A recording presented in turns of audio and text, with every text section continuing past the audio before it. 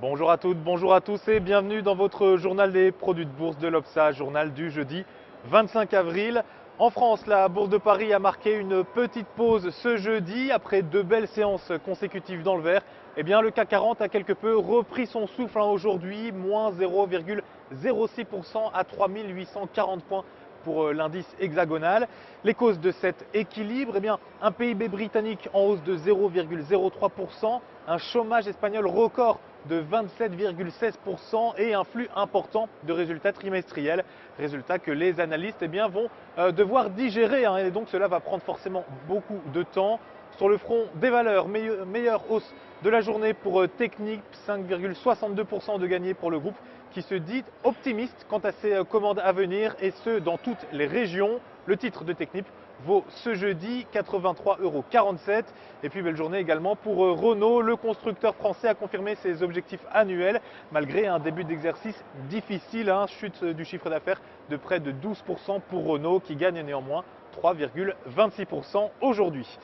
Aux États-Unis maintenant, les inscriptions hebdomadaires au chômage sont sorties à leur plus bas niveau depuis près de 6 mois, 339 000 nouvelles demandes d'allocation, c'est 16 000 de moins que la semaine passée. Une bonne nouvelle qui permet au marché d'afficher du vert à quelques minutes de la clôture.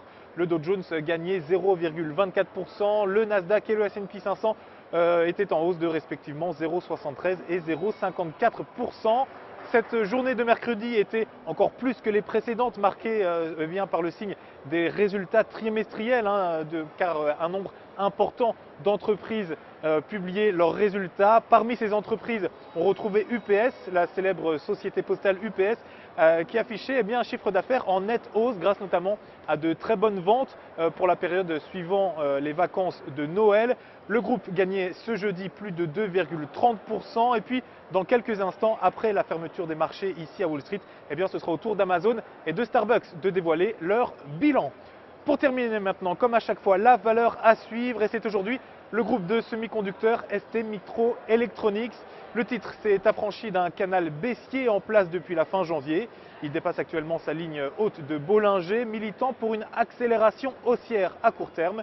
De son côté, le RSI est bien orienté sans être en territoire de surachat. Enfin, la hausse des volumes mettant en évidence le retour de la pression acheteuse. Du coup, tant que 6 € reste support, il faudra tabler sur une nouvelle jambe de hausse en direction des 7 € dans un premier temps. Et puis le dépassement de ce niveau amènera ensuite les cours sur les 7,3 €.